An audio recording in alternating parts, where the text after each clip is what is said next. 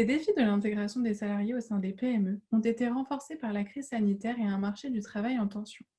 La pénurie de main-d'œuvre sur des métiers en tension dans ce type d'entreprise implique que les gestionnaires des ressources humaines mettent en œuvre une démarche d'amélioration continue de leur processus d'intégration, voire qu'ils en créent de nouveaux.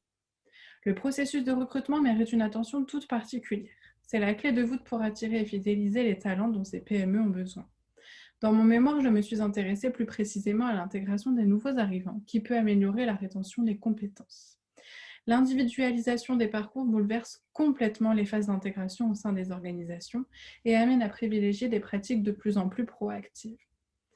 Je me suis appuyée sur une vision large de la socialisation organisationnelle, vue comme un moyen d'influencer et de modeler le salarié, mais aussi comme un dispositif de gestion des ressources humaines jouant sur plusieurs plans. Formation, partage des connaissances, transfert des compétences, etc. Je me suis posé la question suivante. En quoi une politique volontaire d'intégration des nouveaux arrivants permet-elle alors de favoriser le développement des connaissances, des compétences, mais aussi des attitudes et des comportements favorables à la réduction du taux de turnover et ainsi au développement organisationnel? L'objectif de mon travail était de pouvoir apporter des solutions concrètes à un groupement de 6 petites moyennes entreprises familiales du secteur de transport de voyageurs interurbains et de tourisme, au contexte de profondes mutations et de pénurie de main-d'œuvre sur des métiers stratégiques tels que mécaniciens, conducteurs-receveurs ou même exploitants. Nous avons recueilli pour ça plusieurs types de données à partir de documents internes, d'une enquête par questionnaire auprès de 32 nouveaux arrivants et d'entretiens auprès de personnes en charge de l'intégration, de conducteurs recrutés et de personnel administratif. 25 au total. Une observation participante durant l'année d'alternance a été également réalisée. Deux principaux résultats ressortent de notre étude. Un fort besoin de formation des nouveaux entrants, un enjeu de socialisation organisationnelle.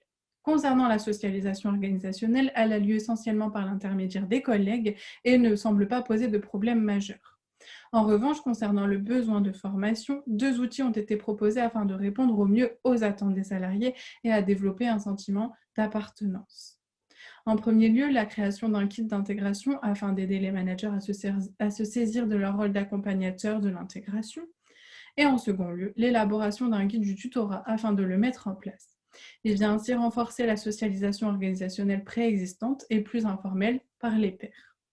En somme, notre travail nous a permis de prendre conscience qu'en tant que professionnel RH, l'intégration doit être une de nos priorités avant de pouvoir améliorer d'autres pratiques, d'autres processus utiles au développement d'une organisation et bien sûr de ses membres.